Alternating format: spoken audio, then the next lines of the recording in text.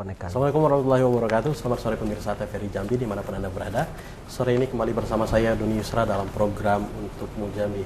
Dan sebagaimana kita pahami dan ketahui bersama bahwa rencana pembangunan jangka menengah daerah merupakan satu acuan dalam kerangka pembangunan di tingkat daerah. Sebagai suatu acuan, tentunya dapat juga menjadi suatu indikator di dalam evaluasi terhadap sukses atau tidaknya penyelenggaraan pemerintahan, khususnya di tingkat daerah, dan dalam kerangka pemerintah daerah Provinsi Jambi. Dan untuk membahas hal tersebut telah hadir bersama kita 3 orang narasumber yang akan berdialog dan berdiskusi bersama kita mengenai RPJMD Provinsi Jambi 2016-2021. Yang pertama telah hadir Bapak Dr. Surya Hidayat, akademisi dari Fakultas Ekonomi dan Bisnis Universitas Jambi. Assalamualaikum, selamat sore Pak. Waalaikumsalam, selamat sore. Gimana kabarnya Pak? Alhamdulillah baik. Baik. Pemirsa, juga telah hadir bersama kita Ketua Komisi 3 DPRD Provinsi Jambi, Bapak Dr. Insinyur Ahmad Fauzi. Assalamualaikum, selamat sore Bang. Waalaikumsalam warahmatullahi wabarakatuh. Selamat sore pemirsa TVRI. Gimana kabarnya Bang? Alhamdulillah sehat. Alhamdulillah sehat. Baik, segar Penting terus Bang. Dan juga tentu tidak asing lagi nih, Bang Doni Iskandar, Bang Dr. Doni Iskandar, Kepala Bapeda Provinsi Jambi. Assalamualaikum, selamat sore Bang. Waalaikumsalam. Gimana kabarnya Bang? Top. Dia udah akhir tahun digenjot sama DPRD terus ini Bang. Enggak, DPRD punya waktunya nanti. Di bulan 3. Padahal laporan keterangan pertanggungjawaban. Per 31 Desember ini padahal ya. Per 31 Desember kita yang menyelesaikan. Mempertanggungjawabkan nanti melaporkan. Nanti per Juli 2020 nanti. Baik. Nanti dan seperti bagaimana kita ketahui selama 60 menit ke depan kita akan berdialog dan berdiskusi bersama 3 narasumber kita sehubungan dengan RPJMD Provinsi Jambi. Baik, sebelum ke Pak Surya nih dan Pak Ahmad Fauzi, saya ke Bang Doni dulu. Bang, tentu sebagai instrumen pemerintah daerah dalam penyusunan rencana pembangunan daerah sendiri, tentu ada beberapa pertimbangan yang harus dipertimbangkan di dalam penyusunan kerangka pembangunan itu sendiri. Kita harus mempertimbangkan visi misi pemerintah daerah, ketersediaan anggaran. Apakah dalam hal ini dalam kerangka penyusunan itu rasionalisasinya sudah menurut Abang sudah sesuai dengan hal yang diharuskan atau tidak Bang sebenarnya? Ya, terima kasih. Saya ditanya begitu. Saya ditanya apakah rasional atau tidak rasional. Rasional? Ya, ada 2 yang kita pertimbangkan. Bapeda pertimbangkan pada saat menyusun RPJM tentunya. Pertama itu adalah kebutuhan. Ya. Kebutuhan didasarkan kondisi-kondisi makro biasanya. Ya. Kemudian yang kedua itu ketersediaan anggaran dan perakiraan 5 tahun ke depan. Anggaran kita kuat atau tidak. Nah, jika inilah yang dikawinkan kedua ini, nah, ini terjadi negosiasi, terjadi rasionalisasi segala macam di sini. Disitulah tempatnya. Jadi kadang-kadang kan kita tidak bisa menjawab tuntutan masyarakat yang seluruh tuntutan semuanya diselesaikan, gitu kan. Tetapi kita coba pertimbangkan dengan bukan kebutuhan, tapi kemampuan anggaran kita miliki. Maka RPJM disusun serasional mungkin berdasarkan pertimbangan-pertimbangan tersebut. Dalam artian jika suatu perencanaan sudah berdasarkan suatu pertimbangan yang matang, peluang untuk gagal tentu sangat kecil, Bang. Saya tidak bisa bilang begitu. Saya pernah diajarkan oleh presiden kita terdahulu waktu zaman senior saya masih kepala Bapeda. Beliau hadir sebagai ketua Komisi 3. Perencanaan itu baru merepresentasikan 50% daripada total pembangunan. Jadi 50% sisanya ini adalah bagaimana implementasinya. Bagaimana melaksanakannya. Jika salah melaksanakan tetap kembali ke awal, tapi tidak kembali ke awal. Artinya target-target memang tidak sesuai dengan yang dikejar semula. Baik. Tapi beliau hari ini ada sebagai ketua Komisi 3, Bang. Ya, betul. Jadi saya tanya sebagai ketua Komisi 3 ini. Ya. Bukan pakarnya Bapeda lagi nih, Bang. Bukan pakar Bapeda, mantan kepala. Mantan. Ya. Baik, Bang Fauzi. Tadi dikatakan ya, rasionalisasi itu tentu penting ya. Tentu bagaimana sebenarnya anggaran itu program, orientasi anggaran, kebutuhan dan juga tentu sasaran dan tujuan tentu merupakan hal juga sangat penting begitu. Nah, dalam perspektif Anda hari ini sebagai wakil rakyat di Provinsi Jambi, dengan ya sekelumit hal lah yang menjadi perbincangan di tengah masyarakat melihat capaian RPJMD kita hari ini seperti apa, Bang? Yang pertama saya ingin meluruskan dulu bahwa sebenarnya pemerintahan daerah itu kan gubernur dan DPR gitu. Ya. Jadi sebenarnya pemerintah itu mitra sejajar. Maka kalau ada sesuatu yang tidak berhasil dari rencana yang ditargetkan, itu juga kekeliruan itu bisa pada posisi pemerintah daerah ini. Oleh karena itu sinergisitas harus kita bangun dalam suatu kerangka pemerintahan daerah. Dalam pemerintah daerah gitu ya. Oleh karena itu sesuai dengan tugas pokok dan fungsi Dewan ini kan ada 3 nih. Yang pertama kita bicara masalah legislasi. Kerangka regulasi berkaitan dengan pemerintah Provinsi Jambi itu kan digodok di DPR atau usulan pemerintah. Yang kedua dari sisi budgeting anggaran. Dan ketiga pengawasan gitu. Nah pengawasan ini yang harus kita sinergikan. Perencanaan on the tracks belum tentu identik dengan keberhasilan perencanaan dengan pelaksanaan gitu. Contoh hari ini gitu ya. Nah, misalnya ada target-target indikator kinerja utama yang dibuat oleh pemerintah dalam hal ini Bapeda berkaitan dengan satu bidang gitu, katakan infrastruktur gitu. Itu kan dibuat tahapannya. Target tahapan itu kan tahun pertama, kedua, ketiga, dan keempat. Misalnya satu indikator kinerja bidang infrastruktur, bidang bina marga gitu. Misalnya pencapaian jalan mantap di tahun kelima perencanaan itu mencapai 80 atau 90%. Maka kami mengingatkan ketika capaian tahapannya masih di bawah 80, DPR harus menggedor ini gitu loh. Menggedor SKPD pelaksana itu, uangnya sudah dikasih gitu. Jangan kemudian di dalam pelaksanaannya menghabiskan uang aja sulit gitu, ya. Sebenarnya idealnya kita belum bicara mencari, ini baru bicara menghabiskan. Baru menghabiskan ini. Kenapa saya katakan itu? Serapan anggaran kita ini baru mencapai 80,7 per jam 10 pagi tadi. Dan ini belum ada info terbaru, Pak? Belum ada info terbaru. Saya tadi coba itu untuk PUPR ya? Konteks Bakuda, kira-kira silva kita ini berapa gitu. Dari sisa-sisa pekerjaan yang tidak dapat diselesaikan gitu. Dan ini menjadi input bagi Bapeda untuk mengevaluasi pada tahun berikutnya gitu. Tapi apakah dalam hal ini ya kita mengatakan ini kalau saat kita berbicara kerangka pemerintahan daerah ya kita berbicara legislatif dan eksekutif. Tapi di satu sisi tentu ada tanggung jawab eksekutif yang harus dipertanggungjawabkan.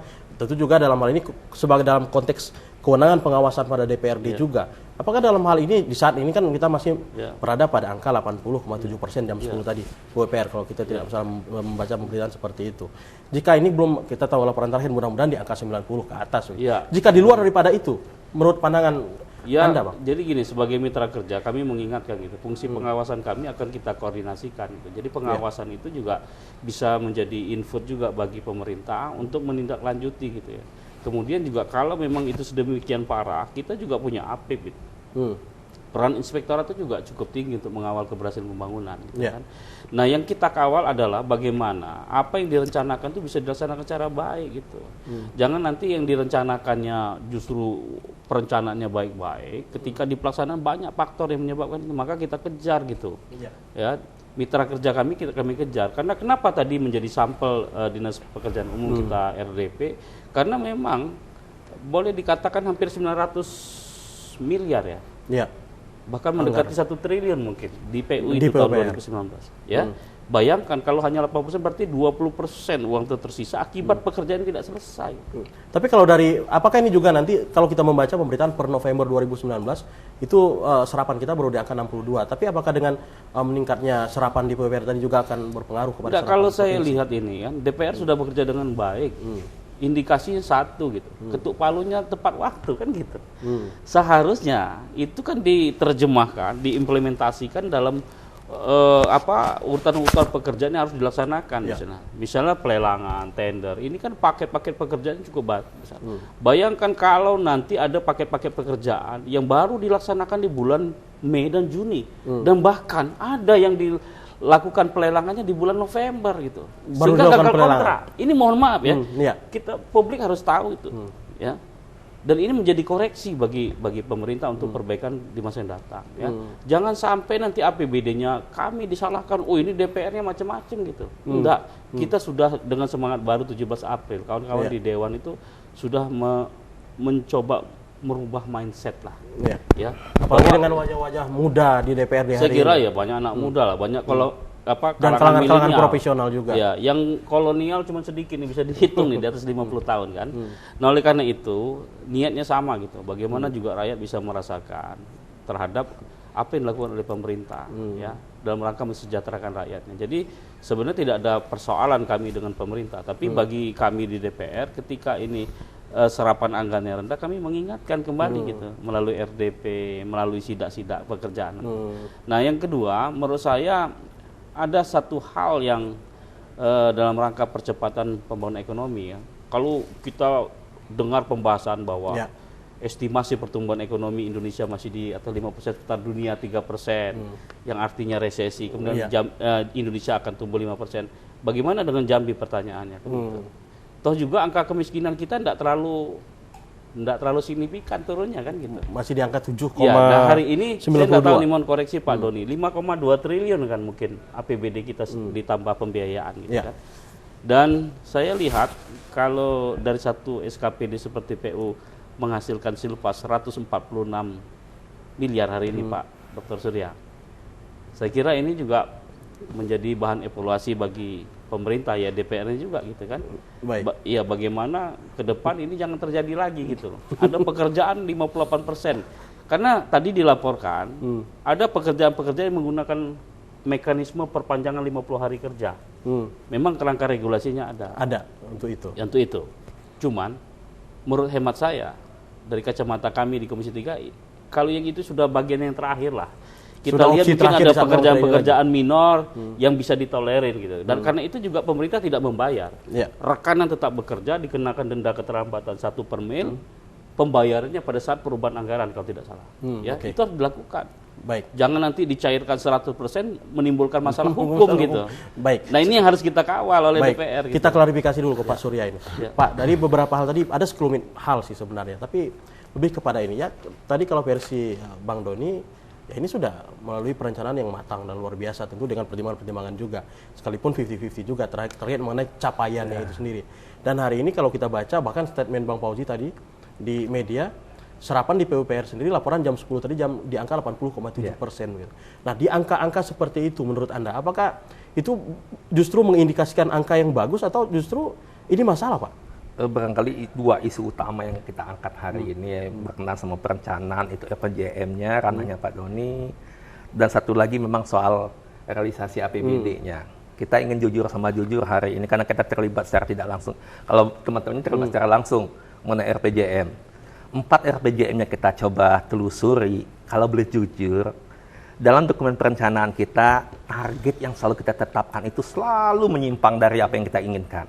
Menyimpang? Hampir 90% kita katakan targetnya terlalu menyimpang. Nah ini ada 2 persoalan barangkali, cara kita mengestimasinya atau memang terlalu ambisius untuk itu. Kita angkat aja fakta hari ini, pertumbuhan ekonomi di tahun 2019 ini, target RPJM kita itu sangat menakutkan sekali angkanya. Dan itu membuat sahabat saya Dr. Doni ini harus jungkir balik, mengkoordinasi kondisi, merealisasinya dalam kondisi juga, sehingga bisa mencapai angka 7,sekian% ya Pak Dr. Doni ya RPJM-nya. Apa justru target-target itu merupakan hal yang sengaja dibuat sebagai suatu bentuk upaya? Sebenarnya ada 2 Pak. Pertama apa kemungkinan juga untuk bagaimana menggenjot eksekutif agar lebih giat untuk mencapai itu, atau justru ini sebagai polesan-polesan indah di dalam penyelenggaraan pemerintahan Pak? Ini bukan RPJM yang pertama. Jadi kalau boleh kita bicara jujur, udahlah kita lebih berbicara kepada substantif outcome yang dirasakan oleh masyarakat.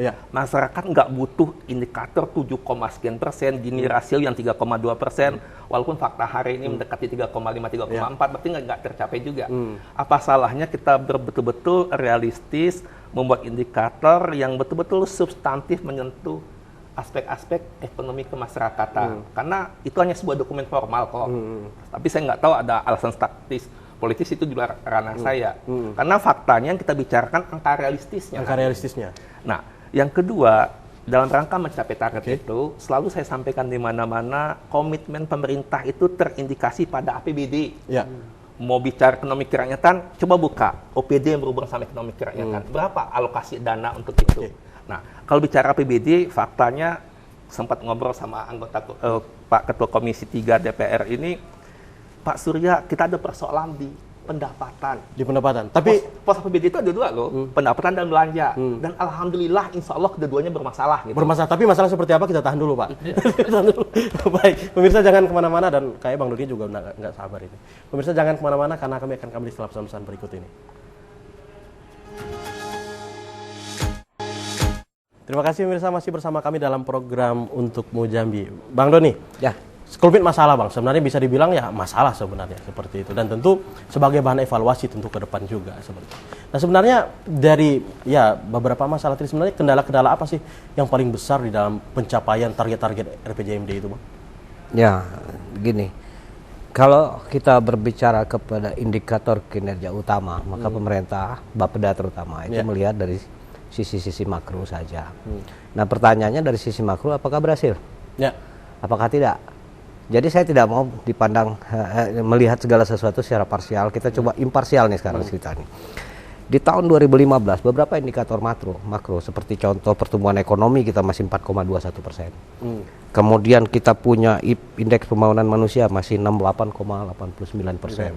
Kemudian inflasi 1,37. Inflasi ini sedikit gamang kalau kita nih. Dr. Surya bisa menjelaskan nanti. Kemudian tingkat pengangguran terbuka juga masih tinggi 4,34%. Nah, di 2018 terakhir data yang kita pegang itu semua sudah mengalami pertumbuhan positif. Meskipun tidak besar seperti tidak signifikan. Iya, seperti IPM naik cuman sekitar 1, sekian persen. Dari 68,89 menjadi 70,65%. Dan tapi itu sendiri bukan tanpa persoalan. Ya. Karena angka 68,89% secara statistik itu masuk kategori sedang. Ya. 70,65% itu masuk kategori tinggi. Yang kita khawatir dulu, ini saya coba jawab yang disampaikan Dr. Surya tadi. Ketika kita bicara perencanaan, maka sebenarnya tidak hanya melulu bergantung pada pendapatan pemerintah provinsi, termasuk dana transfer di dalamnya, tetapi juga konsentrasi APBN. Nah, ternyata mungkin menurut saya pada saat itu kita salah mengasumsikan kemampuan APBN untuk bekerja di Jambi. Tapi asumsi kegagalan asumsi untuk menetapkan besaran APBN yang bekerja di Provinsi Jambi, salah satunya menurut saya inilah angka-angka yang tinggi ini. 68,89 Dr. Surya. Dengan kategori sedang indeks pembangunan manusia, maka biasanya APBN bekerja untuk itu, untuk naikkan. Ketika angkanya sudah naik, APBN bisa turun. Jadi tolong dicatat. Jadi tidak melulu itu disumbang oleh kemampuan pemerintah Provinsi Jambi. APBD Provinsi Jambi. APBD Provinsi Jambi, disertasinya Pak Poji saya hadiri. Itu sebenarnya menunjukkan konsentrasi belanja modal kita. Dibanding dengan daerah-daerah lain, provinsi-provinsi lain di Indonesia cukup tinggi. Tetapi masalahnya apakah berkualitas? Berkualitas atau tidak? Berkualitas atau tidak. Hari ini Pak Poji menyampaikan dengan rapat tadi pagi, beliau menyampaikan ada belanja modal yang sudah disiapkan oleh APBD tetapi tidak dibelanjakan gitu kan. Artinya memang sudah dari awal kita set untuk tinggi indikator makronya. Tetapi pada pelaksanaan tidak dilakukan. Apa sebenarnya kendala besar di sana? Tadi sudah dijelaskan oleh Pak Poji apa kendalanya. Ada lelang yang ditunggu-tunggu, yang ditunda-tunda, lelang di ujung tahun gitu kan. Lelang sendiri paling cepat kalau bisa kita lakukan, paling cepat 45 hari. Kalau dilaksanakan lelang bulan November, kapan mereka harus di Desember baru selesai proses lelang, paling cepat. Nah, kapan harus bekerja? Gitu. Terus pakai skenario penambahan waktu 50 hari di tahun berikutnya, yang kemudian dibayar setelah APBD perubahan. Ini menurut saya tidak fair. Tapi tentunya begini juga, Bang. Ini terlepas dari konteks hal lain gitu, tapi kita bicara dalam konteks kerangka pemerintah daerah murni begitu. Bahwa ada suatu juga tuntutan masyarakat, sekalipun tadi Abang mengatakan memang kita memang tidak bisa untuk memenuhi semua tuntutan masyarakat. Tapi ada tuntutan masyarakat semacam janji visi misi Jambi tuntas misalnya, yang tentu ditunggu-tunggu masyarakat, tentu juga akan menjadi tanda tanya, Bang. Bisa diperjelas kira-kira apa tuntutan? Ada dua nih kalau saya pada saat pelaksanaan musrenbang, biasanya saya coba menyerap. Termasuk salah satunya saya coba menghadiri resesnya Pak Ketua DPR 3 malam yang lalu. Jadi saya coba menyerap apa sebenarnya yang diinginkan oleh masyarakat. Sebenarnya bukan yang diinginkan, bahasa ini saya koreksi dari awal. Aspirasi dari masyarakat. Tidak ada istilah aspirasi segala macam. Saya cuma membacanya adalah kebutuhan atau keinginan. Ini sebuah kebutuhan atau hanya sebatas keinginan? Jadi saya coba batasi dua ini nih. Jadi kalau memang butuh, ini yang harus kita kejar duluan. Tapi kalau cuma keinginan, biasanya memang betul-betul lebih personal, Katakanlah begini, saya kemarin mengingatkan kepada Pak Edi Purwanto, Ketua DPR, Pak, ini kita serap aspirasi masyarakat, tetapi yang memang kewenangannya milik kita. Kenapa kewenangan kita berbeda antara kabupaten, kota? Karena apa yang diusulkan oleh masyarakat kadang-kadang minta bangun jalan lingkungan yang kewenangannya bukan ada di provinsi. Nah, provinsi ini lebih berkonsentrasi kepada pengembangan infrastruktur yang berdampak terhadap bahasanya Pak Surya itu pertumbuhan ekonomi paling tidak. Adanya aktivitas sektor real bisa muncul ketika pemerintah membangun sesuatu gitu loh. Tetapi kalau bangun jalan lingkungan, siapa yang menikmati? Sebatas lingkungan. Sebatas lingkungan. Kalau sebatas lingkungan itu sendiri ada kegiatan atau aktivitas atau apa yang sebutan Pak Dr. Surya, ekonomi sektor realnya muncul atau ada aktivitas ekonomi di dalam itu dan berdampak terhadap pertumbuhan pendapatan dari masyarakat sekitar, mungkin masih bisa kita terima. Tapi kalau cuma minta jalan lingkungan yang intinya hanya cuma supaya jalan kami tidak jelek katanya. Hanya 1-2 orang melalui itu tapi harus ditangani oleh APBD. Jadi belum bisa dilihat bahwa ini suatu kebutuhan yang dibutuhkan saya oleh katakan masyarakat. itu sebagai keinginan. Kita pisahkan ini keinginan dengan kebutuhan. Tapi Pak Doni jangan digeser isunya. Kita kan bukan bikin Renstra, bukan ini. Kan kita bicara RPJM. Kalau bicara RPJM, jika bicara RPJM, maka lebih makro lagi. Lebih makro lagi Dr. Surya, angkanya yang saya sebut tadi. Tapi saya baru tahu beberapa hari lalu, ini tadi saya janji mau share data sama Dr. Surya. Kemarin saya sudah bicarakan dengan teman-teman. Saya susun location quotient data, tabel location quotient seluruh provinsi Jambi. 17 sektor PDRB saya susun di sini. Ternyata memang satu-satunya wilayah di provinsi Jambi ini membangun provinsi Jambi itu dari kota Jambi. Saya tidak jualan siapapun di situ. Saya tidak jualan bahwa saya mantan kepala Bapeda kota gitu ya. Tapi saya bilang angka tidak bisa bohong. Angkanya luar biasa gitu loh. Tetapi masalahnya sekarang kalau teori ekonomi itu ada trickling down effect itu belum berlangsung. Secara spasial Pak Dr. Surya. Karena yang berkembang baru kota Jambi, Muaro Jambinya belum menunjukkan tanda apapun gitu loh. Baik, coba kita klarifikasi nih ke Ketua Komisi 3. Bang, beberapa waktu kemarin kan diajukan Ranperda RAPBD Provinsi Jambi dan tentu dalam ini kalau kita lihat kemarin bahkan di pemberitaan bahwa terlihat betul bagaimana sebenarnya DPRD Provinsi Jambi betul-betul bekerja mencoba bisa dikatakan menyisir semua sekecil-kecil pos anggaran yang dikatakan sana, kalau istilah Bang Doni tadi ya harus dipisahkan Bang, mana kebutuhan, mana keinginan begitu. Nah kalau dari hasil sisiran kemarin bahkan sampai masyarakat banyak mengatakan ditolak, sebenarnya bukan ditolak, ditunda misalnya flyover gitu. Apakah itu salah satu orientasi ataupun suatu arah yang bisa kita katakan sejalan ke arah apa yang disampaikan Bang Doni tadi Bang? Nggak ada perbedaan kami melihat itu. RPJMD sebuah target. Target yang menjadi janji politik yang harus dipenuhi oleh seorang gubernur. Lalu sebagai mitra kerja kami meluruskan gitu ya. Karena gini ada persoalan-persoalan baru berkaitan dengan mandatory spending. Ya, kita di 2020 ini mohon maaf kita akan pilkada 23 September. Itu 350 miliar terserap untuk penyelenggaraan pilkada. Bayangkan kalau kita ingin fokus 350 ya. 350 miliar itu kita distribusikan pada sektor ekonomi dalam rangka menurunkan angka kemiskinan, dalam rangka untuk menurunkan angka pengangguran. Sudah banyak yang bisa diperbuat. Tapi apa yang mau dikata? Ketika anggaran APBD defisit, Pak Doni kan melaporkan itu di Banggar. Kita ini defisit gitu. Lalu kita lihat mana yang menjadi prioritas. Lalu kemudian kami ingin meluruskan gitu bahwa ada target indikator kinerja utama, janji Pak Gubernur di bidang infrastruktur untuk mendorong ya kondisi jalan mantap itu 90% di tahun perencanaan akhir gitu. Nah, lalu kemudian saya sepakat gitu loh, misal kota Jambi harus kita push, tapi juga secara ekonomi trickle down effect-nya juga belum dirasakan hari ini karena mohon maaf sekali kami melihat pembangunan kita masih parsial gitu. Daerah periferi yang mendorong Jambi juga belum berbuat gitu ya. Nah oleh karena itu kita sepakat bagaimana kita ratakan dulu pembangunan ini di tengah-tengah anggaran kita defisit, kita capai dulu target indikator kinerja supaya target-target yang menjadi janji politik itu terpenuhi. Ini kan pertanggungjawaban. Pak Doni bilang tadi, nanti nih urusan DPR bulan 3 nih. Kita lihat nanti bagaimana pandangan umum praksi-praksi terhadap LKPJ Pak Gubernur gitu. Apakah tercapai atau tidak? Karena indikator kinerjanya ada di situ. Di LKPJ nanti. Di LKPJ. Toh juga sebenarnya tadi disampaikan oleh Dr. Doni, dikatakan bahwa secara makro betul beberapa indikator tuh meningkat semua ya. Kalau apple to apple 2015 ke 2020 dibandingkan ya betul gitu. Dan saya sepakat gitu bahwa membangun Jambi ini bukan hanya dari APBD provinsi, hitungan saya itu plus minus 21 triliun kalau digabung uang yang ada di provinsi ditambah APBN yang cukup lumayan besar APBN ya. Nah yang cuman kita menjadi iri, mohon maaf sekali lagi ya, kenapa Riau di Kepri itu membangun jembatan dari Pulau Bintan ke Batam 7 triliun bisa dapat. Kita yang ingin mengembangkan pelabuhan Ujung Jabungnya agak sulit gitu. Sementara kemampuan anggaran kita terbatas. Atau justru kita balik ke yang tadi Bang, kita belum berbicara bagaimana justru kita mencari sumber anggaran, justru kita masih bermasalah dengan cara menghabiskan anggaran ini Bang.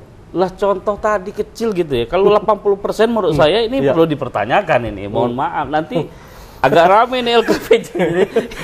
Karena hitungan kami itu 400 miliar tersisa uang ini. Akan tersisa. Persoalannya kalau dia berdasarkan efektivitas dan efisiensi pendapatan misalnya, itu bagus itu. Tapi kalau sedih nanti dilaporkan oleh pemerintah, ternyata sisa itu banyak yang kegiatan tidak selesai gitu. Hanya modal lagi. Terutama belanja modal yang bisa memacu pertumbuhan ekonomi sesungguhnya. Ini kan government spending yang mendorong sektor ekonomi. Memang kalau kita ukur tadi Pak Doni singgung masalah desertasi tadi, ya ini kan dari tataran akademis kita wajib jujur kan dengan masyarakat menyampaikan bahwa 30 tahun kita hitung APBD itu ternyata juga tidak berpengaruh. Maka betul yang kata Pak Surya tadi, kita harus fokus. Sasaran kita kemana? Mau jujur nih sebagai DPR kami mengkritisi gitu. Pak Doni juga harus bisa jawab, berapa sih alokasi anggaran untuk sektor ekonomi di 2020? Kita buka-bukaan nanti APBD. Ya, PU menyerap 853 yang katanya akan mendorong pertumbuhan ekonomi, meningkatkan kesejahteraan. Tapi justru ekonomi real di tingkat masyarakat misalnya. Tidak meningkat. Kami tidak melihat anggaran yang signifikan, tapi kami memahami gitu. Bahwa memang tidak gampang ya, berdasarkan pengalaman di pemerintahan dulu, tidak gampang bagi-bagi uang itu. Uangnya sedikit, kebutuhannya banyak. Apalagi ditambah keinginan. Nah, yang kedua karena saya sudah di dalam ini, ini malah terbalik. Ada uang nggak mampu menghabiskan, jadi bukan tidak mampu. Gimana Pak Surya? Bukan dalam tataran implementasi tapi dalam tataran perencanaan kan sudah kita sudah dianggap matang begitu. Dianggap matang menurut Pak Doni. Yang disayangkan gitu, jangan matangnya di hulu gitu. Harusnya hulu hilirnya matang. Gitu. Ini kan otokritik kan untuk pemerintah. Dan kita akan dorong itu, ya. Kita memahami juga, ya bahwa memang PAD kita belum terlalu signifikan meningkatnya. Mohon maaf sekali lagi kepada pemerintah, kami juga kepengen gitu melihat ada peningkatan PAD. Dan alhamdulillah sudah berani pemerintah menaikkan 41 miliar ketika anggaran kita defisit, sehingga mengurangi defisit belanja yang ada di Pak Doni gitu. Jadi ada yang mau saya tanya Pak Surya. Tapi ada yang mau saya tambahkan sedikit. Silakan, saya bilang saya punya data cukup bagus dan saya suka sekali dengan data ini. Jadi, suka dengan datanya. Suka dengan data ini. Data bukan dana, data. Jadi sukanya begini, ternyata saya juga harus yang disampaikan Pak Fauji tadi, otokritik, setuju saya. Otokritik inilah membuat saya akhirnya bisa menilai bahwa hampir seluruh kabupaten kota saat ini tidak bisa menilai apa sih kemampuan dia sendiri saat ini. Karena di sini tidak ada satupun sektor yang maju di kabupaten kota dalam provinsi Jambi sekarang. Karena itu tadi yang disampaikan Pak Fauji, kita tidak fokus. Kita tidak fokus. Saya sepakat itu. Baik, coba saya ke Pak Surya. Pak Surya, seperti yang disampaikan, termasuk pertanyaan kita yang terpotong tadi Bang Fauji juga mengatakan ya, pemerintah Provinsi Jambi di dalam perencanaan RPBD kemarin juga berani meningkatkan target PAD juga. Targetnya Pak, targetnya dalam artian kan ya kita berbicara ini suatu perencanaan yang luar biasa, ada suatu target yang juga sangat bagus begitu. Tapi di saat hal itu justru di awal bisa dikatakan kita ini masih defisit, tapi kita justru berani menaikkan target. Apakah itu justru sebenarnya bertolak belakang atau kontradiksi seperti itu Pak jadinya? Kita luruskan dulu hal yang pertama, sekedar klarifikasi. Tadi kan ada statement indikasi bahwa termasuk Pak Dr. Doni, APBD provinsi kurang begitu pengaruh terhadap pergerakan ekonomi Jambi karena ada kontribusi APBN ya. Enggak begitu pernyataan saya. Saat ini belanjanya tidak begitu berpengaruh. Kita luruskan Pak Doni. Kami di Kementerian Keuangan pernah menghitung. Jadi ini yang perlu dipahami betul bahwa APBD Provinsi Jambi yang 5,3 triliun itu kalau diurus dengan benar dan betul-betul optimal dalam penyerapannya itu berkontribusi 1,2%. Penyerapan atau penganggaran gitu. Penyerapan kita bicara penyerapan itu tadi. Kita dulu karena kita akan penyerapan. Jadi beliau jangan mengacaukan saya ketika saya duduk sebagai perencana disuruh mengatur penyerapan begitu kan. Baik, kita tahan dulu Bang. Nanti setelah break iklan kita hajar lagi Bang. Pemirsa jangan kemana-mana karena kami akan kembali setelah pesan-pesan berikut ini.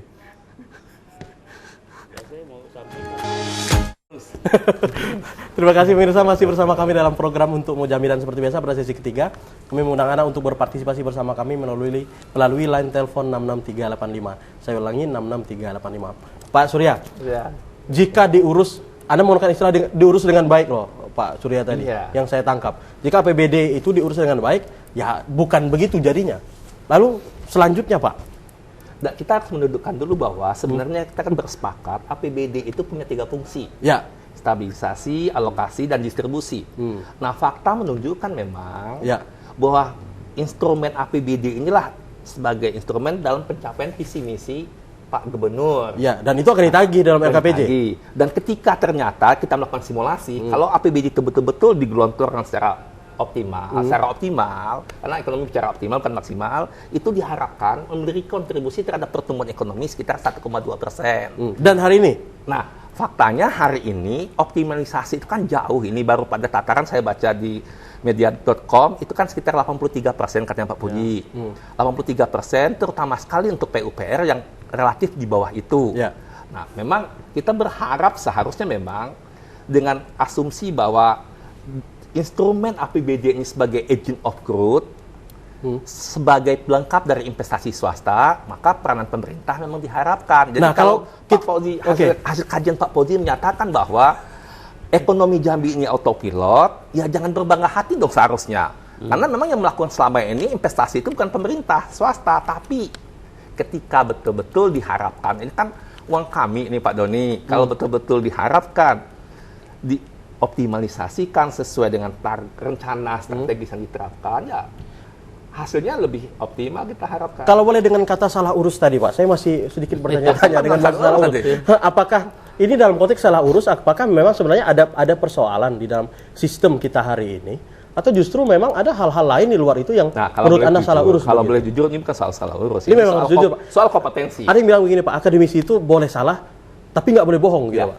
Kalau boleh jujur, ini kan soal kompetensi dari OPD masing-masing sebagai eksekutornya. Kompetensi, iya. Karena kalau boleh jujur, hari ini kan terganjal dengan isu-isu politik, sehingga kompetensi dan profesionalismenya dalam batas tertentu kita pertanyakan kalau boleh lugas untuk itu. Apalagi mengikuti tahun-tahun pilkada ke depannya menurut Anda seperti itu? Lebih parah lagi, karena target di tahun September 2020 itu akan terjadi gagal fokus memang setiap kepala daerah. Tapi bagaimanapun, memimpin republik ini kan tanggung jawab moral. Menjadi gubernur, sebagai calon gubernur, itu tanggung jawab pribadi.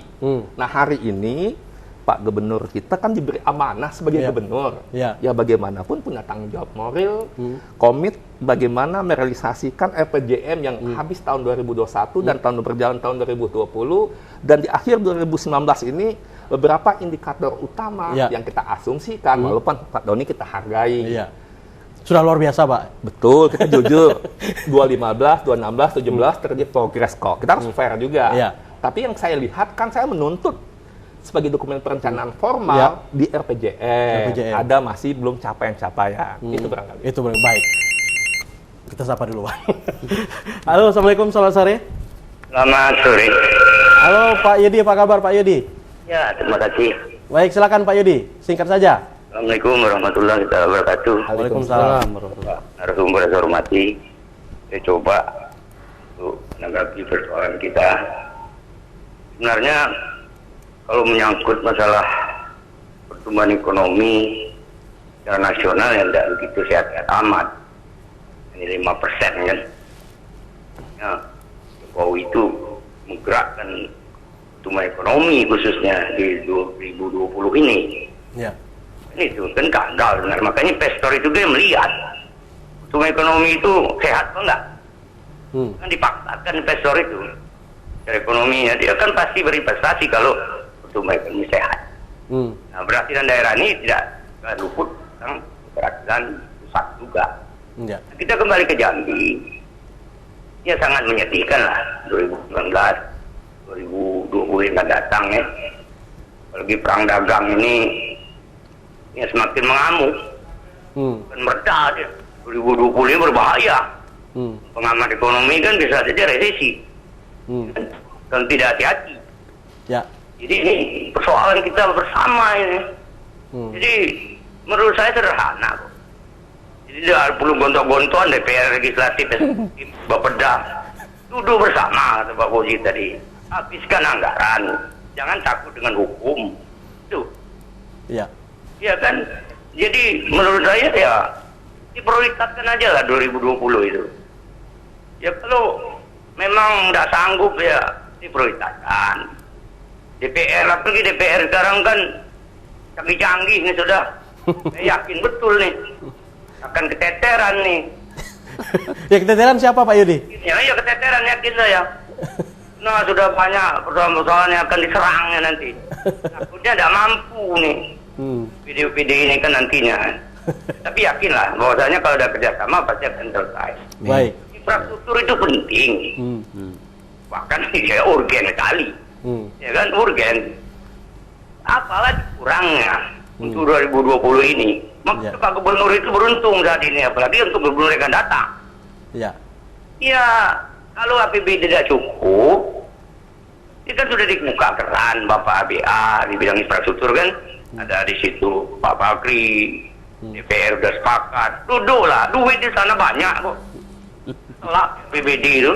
Baik. Makanya ke sana kadang-kadang banyak UPD ini jalan-jalan ke mall, jalan-jalan ngabisin APBD, bawa dengan itu persentase betul di situ, nah dijual program itu. Baik. Makanya harus ada inovasi. Baik. Ya harus ada inovasi ya. Di tempat lah 2020 ini. Maka kita lah membangun untuk kepentingan masyarakat pun masalah apa namanya itu jalan layang itu tidak mampu juga. Itu padahal itu penting itu. Baik. Kan untuk kenyamanan masyarakat. Oke, terima kasih Pak Yudi. Jadi saya rasa depannya saya sependapat dengan Pak Fauzi. Kita tidak usah gondok-gondokan, belanjakan uang yang ada, jangan takut dengan hukum kalau kita benar.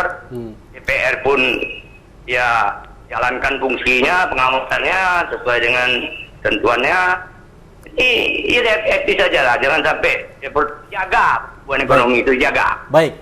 Ya, saya itu saja. Wabillahi taufiq wal hidayah. Wassalamualaikum warahmatullahi wabarakatuh. Waalaikumsalam. Bang, mau langsung nanggapin nggak? Ya, jadi saya termasuk yang Pak Surya pertama, statement Pak Surya pertama tadi. Saya suka beliau itu memasang target kita terlalu tinggi. Ya. Tolong diingat RPJMD itu disusun 2016. Dan 2015 disusun. Data yang kita pakai 2014. Ya. Di tahun 2014 Provinsi Jambi masih menikmati pertumbuhan ekonomi yang sangat tinggi. Di atas 2014 8, sekian persen, saya lupa 8,7 kalau hampir mendekati angka 9%. Tahun 2015 itu anjlok turun menjadi 4,21%. Pertanyaannya apakah karena salah Provinsi Jambi? Tadi kan ada semacam tudingan bahwasanya Provinsi Jambi salah urus nih. Saya tidak bersepakat gitu. Di sini saya tidak bersepakat karena begini. Loh, Bang. Ya, bukan tahun transisi bukan kita cerita karena pada saat bersamaan ekonomi Pulau Sumatera itu hancur semua. Jadi bukan hanya dialami oleh Provinsi Jambi pada saat itu. Artinya kalau saya nih orang ekonomi, untungnya saya bukan ekonomi. Ekonomi itu punya satu kekuatan, asumsi namanya. Asumsinya adalah pertumbuhan stabil. Dan boleh menggunakan asumsi. Politik pada saat itu stabil, segala macam stabil. Contoh, Begawan Ekonomi Indonesia dulu, kelompok Berkeley, mafia Berkeley, suhu senior saya di UI dulu. Gitu ya. Itu dia punya kegagalan asumsi pada tahun masuk reformasi politik tahun 98. Hancur, kita tidak pernah mencapai ujung tahap lepas landas itu. Mereka bisa jawab bahwasanya asumsinya yang salah pada saat itu. Kan asumsinya mengatakan politik kita stabil sampai lepas landas. Ternyata 98 terjadi reformasi. Nah, sama pada saat Bapeda menyusun 2015, asumsinya pertumbuhan ekonomi kita tidak terganggu. Karena sebelumnya bagus. Karena sebelumnya 8, sekian persen. Ya. Dari 2015 itu langsung anjlok dari 8, sekian persen, 50% terpotong. Gitu. Dan kita coba bangkit dari situ. Bangkit itu bukan tanpa masalah gitu. Pak Fauzi menyampaikan serapan kita tidak benar sekarang itu tidak tercapai gitu kan. Atau ada pengaruh dari hal-hal yang terjadi di Pemprov sendiri? Sejak tahun 2016 serapan belanja rata-rata pemerintah Provinsi Jambi tidak kurang tidak lebih dari 80%. Dan itu adalah bahasa pertama saya ketika saya dilantik jadi kepala Bapeda bulan November tahun 2018 yang lalu. Ini sepertinya ada yang salah kita. Tapi saya belum bisa memastikan di mana salahnya. Coba kita tarik performan masing-masing SKPD ini sekarang. APBD perubahan kita coba susun. Bapeda coba mulai terlibat, tapi tidak bisa banyak keterlibatan Bapeda. 2020 kita coba analisa, ada yang salah di mana? Coba kita pertahankan pembangunan infrastruktur dengan harapan PU bisa perform, karena representasi belanja modal dari anggaran belanja pemerintah Provinsi Jambi itu kebanyakan ada di PU. Yang lain-lain itu tidak. Belanja modal juga, peralatan mesin banyak belanja modal ya.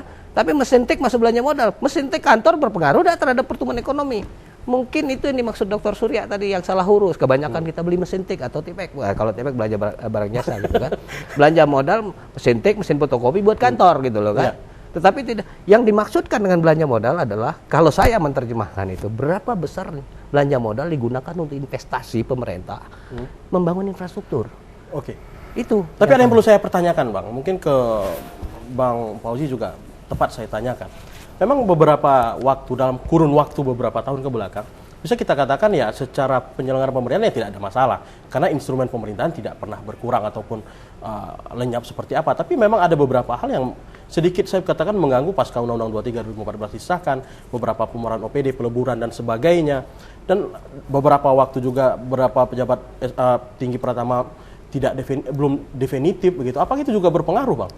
Termasuk juga permasalahan hukum belakangan begitu. Kembali aja pertanyaannya satu gitu. Yang menjalankan program itu siapa gitu? Pak Gubernur, Sekda kah? Atau siapa? Atau DPR? Tentu kan OPD. Oleh karena itu, ya menurut saya sepakat ya masalah kompetensi dan sumber daya manusia ya. Kemudian kita ingin harus menjaga stabilitas di pemerintahan gitu loh. Kalau ada kerangka regulasi kan boleh DPR mengkritik kan, ya mbok ya diikuti kerangka regulasinya gitu. Kepastian orang akan bekerja dengan baik, ini penting. Kompetensi yang abang maksudkan seperti apa, Bang? Ya artinya ini kan masih terdapat nih temuan-temuan di dalam pembahasan anggaran di DPR. Pak Dr. Dodi ini hadir kok, 1 kali 24 jam hearing bersama kami juga. Bahkan sampai jam 4 pagi kabar. Ya mohon maaf masih ada juga. Ya saya tidak katakan oknum yang menjelaskan atas pertanyaan Dewan. Berkaitan misalnya lokasi daripada kegiatan yang nggak tahu gitu. Misal contoh seperti itu. Kemudian kalau kita membelanja, ini kan anggaran berbasis kinerja. Kalau kita membelanjakan 1000 rem itu kira-kira kinerja yang dihasilkan apa gitu? Outputnya apa? Itu yang kemudian dimaksud Pak Surya tadi gitu kan. Terlalu banyak belanja-belanja barang dan jasa yang terlalu menyita anggaran. Yang seharusnya bisa kita fokuskan. Tapi satu ini satu. Nggak apa-apa, DPR ngomong nggak apa-apa. Ada yang menjadi prioritas tapi tidak teranggarkan. Misalnya? Ya, misalnya ada pagar rubuh di kebun binatang. Ya. Saya tanya dengan Anda, kira-kira prioritas nggak? Di satu sisi, untuk dinas tertentu itu menjadi lumbung penerimaan PAD, Pak. 4,9 miliar itu dari kebun binatang. Lalu yang kita jual apa? Retribusi, Pak. Berdosa kita kepada rakyat. Ketika kita narik retribusi, tapi pelayanan kita tidak bagus. Ya. Itu yang kami fokuskan gitu. Jadi membelanjakan uang di SKPD juga harus fokus dong. Maka saya bilang ini sangat dibutuhkan orang-orang yang berkompeten di dalam menyusun perencanaan gitu. Jangan nanti RPJM-nya bagus. RPJM itu makro, Pak. Apakah Anda ingin mengatakan hari ini kita belum menerapkan prinsip right man in the right place seperti itu? Saya tidak berani mengatakan itu. Yang kami ingin sampaikan kepada pemerintah sebagai otokritik di pemerintah, mbok ya ciptakan stabilitas gitu loh. Kasih kepastian teman-teman bekerja dengan baik. Jangan ditakut-takuti harus diganti. Ini harus kita katakan loh. Yang kemudian menumbur-numbur. Tapi tentu Bang Doni nggak merasakan itu dong. Saya tidak menyinggung Pak Doni ya. Saya bicara umum. Secara umum. Dan kami merasakan di dalam pembahasan anggaran kemarin banyak sekali anggaran-anggaran yang menurut kami belum efektif dan efisien. Baik. Lalu kemudian pertanyaannya, kontrolnya ada di mana? Di dalam mekanisme anggaran ini kan ada tahap awal itu di perencanaan, mulai dari musrenbang. Maka Bapeda itu sebenarnya 365 hari itu full jadwalnya. Batas mana dia bekerja? Setelah anggaran disusun dijadikan RKPD hasil musrenbang, itu kan nanti the bottlenecking-nya ada di KUA-PPAS. Pertanyaan saya, siapa aktor yang berperan di KUA-PPAS? Baik, kita ini tahan harus dulu. harus jelas ya. Dan itu akan kami dalami. Baik. Untuk tahun 2021. Kita tahan dulu. Baik, pemirsa jangan kemana-mana karena kami akan kembali setelah pesan-pesan berikut ini. Terima kasih pemirsa masih bersama kami dalam program Untukmu Jambi. Pak Surya Hidayat menyimpulkan dari pembahasan kita hari ini. Pertama kita ingin harus bersepakat bersama-sama bahwa APBD ini instrumen untuk mensejahterakan rakyat. Oleh sebab itu kan ada dua sisi. masih butuh ada ruang untuk lebih mengoptimalisasikan peningkatan PAD. Ya. Karena inilah nanti sumber dari belanja. Yang kedua, dari sisi belanja, memang dituntut memang kompetensi dan profesionalisme OPD sebagai eksekutornya, sehingga optimalisasi dalam membelanjakan uang itu diharapkan minimal dari sisi kuantitas ini, apalagi kalau diikuti dengan aspek kualitas. Wah, itu saya pikir Provinsi Jambi akan jauh lebih maju ke depannya. Yang ketiga, barangkali sebagai pimpinan puncak Provinsi Jambi, Pak Gubernur yang terhormat, dibutuhkan memang kebijakan-kebijakan yang strategis dan taktis, bukan moralitas, himbauan moralitas lagi, kalau menurut hemat saya. Sudah berbicara A, B, C, dan melakukan apa, begitu? Iya, sehingga lebih mudah dipahami oleh masing-masing OPD. Karena kalau himbauannya hanya bersifat normatif, marilah ini, begitu. Nah, itu barangkali agak lambat proses itu turun ke bawah, sehingga ya seperti kita lihat hari ini, serapan di ujung tahun hanya pada angka 80% itu sangat disayangkan, walaupun ada harapan tersembunyi di sana. Kita berharap ada silpa. Tapi saya tegaskan, bukan kebanggaan keberhasilan untuk memperbesar silpa. Ya, sehingga anggaran tahun depan lebih besar lagi. Tapi kalau memang serapan lebih rendah lagi, ya ini hanya bermain-main dengan lingkaran setan saja. Demikian barangkali. Terima kasih Pak Surya, Bang Fauzi, dan Bang Doni atas kehadirannya dalam Dialog Untuk Jambi hari ini. Pemirsa, demikian tadi dialog singkat kami bersama 3 narasumber kita sehubungan dengan target pencapaian RPJM di Provinsi Jambi pada tahun 2019 ini. Dan pada intinya adalah perlu sinergitas kita bersama, termasuk juga eksekutif dan legislatif, dan tentu juga kebersamaan masyarakat Jambi juga untuk komitmen bersama membangun Jambi ke depan. Saya Doni Isra undur diri, kita jumpa lagi dalam Untuk Jambi minggu depan. Assalamualaikum warahmatullahi wabarakatuh.